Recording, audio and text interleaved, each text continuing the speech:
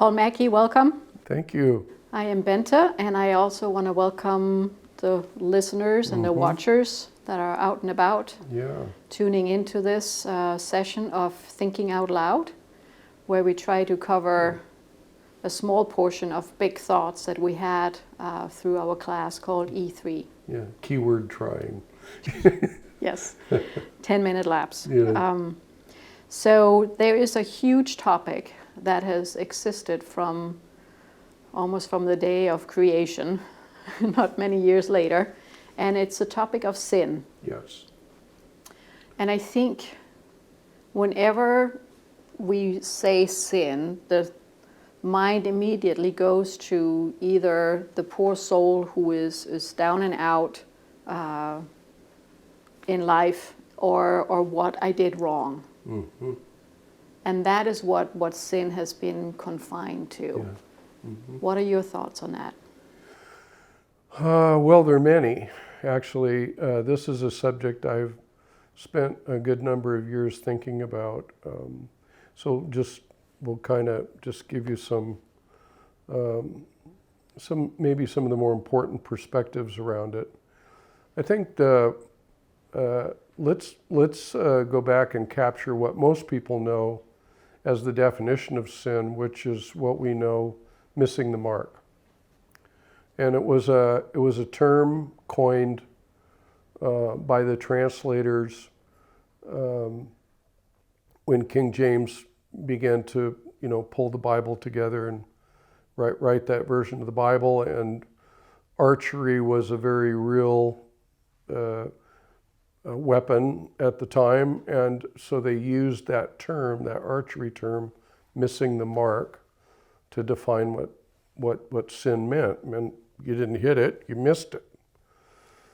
The second question, though, that never got asked as much and should have been asked equally, and that is missing the mark on what? And because we didn't ask that question, it's been a long-run assumption that obviously God's talking about our behavior.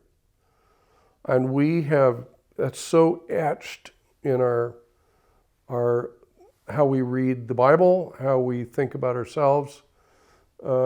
Even if you're not a person of faith, you'll use the word sin as if that's the darkest possible thing you could commit, right? It's just that category of things that we do that are terrible, really missing the mark. In some of my research, I have discovered that the most important thing to God is not our behavior, it's our relationships. And one thing I'll point to, among many things I could point to, would be how profound it was when Jesus stood and told the people around him on this day, when he said, listen, the whole law can be reduced down to 3 things. So that's all the performance that the Jewish culture could muster. 600-700 do's and don'ts, yes, in the law? Right. And he just said, let me sum this up for you guys. Love the Lord your God, love your neighbor, love yourself. He summed up the whole law in 3 relationships. He said, if you guys do these relationships well, then you have kept the law, i.e., you have not sinned. That's amazing.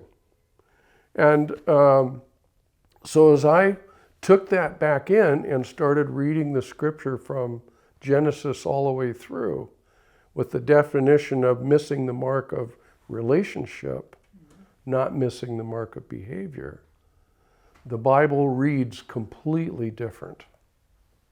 Fascinating. Yes. Because then what you realize is that God was not up in heaven being frustrated with our behavior. God was upset because we kept missing the basic relationships that we were designed to have. So I asked the second question, and this would be of interest to our viewers. So if missing the mark is about relationships, then what is the root word used for sin itself? Well, it turns out that the word is hamartia. That's the Greek word that's most used for the word sin. And the word hamartia is a combination of two words that means living without, ha, and martia comes from the word meros, which means living without my portion or my identity. What is that? That's a relational word. I am living outside of who I actually am. Who am I? I am created in the image of God, and I'm made for relationships.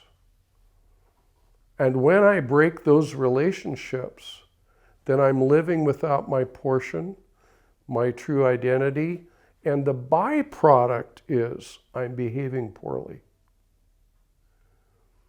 So missing the mark hasn't much to do directly with behavior. It has much to do directly with how I'm treating myself, how I'm treating my neighbor, how I'm treating my Creator. That is amazing. And I think we'll just stop here because I think that has set in motion many thoughts. Yeah, it provokes a lot. It's a big subject, and God actually has a lot to say about it in terms of the restoration of all of that. What Christ did on the cross to restore relationships, we could talk about that for 2 days. So amazing. Thank you, Paul. Yeah, you're welcome.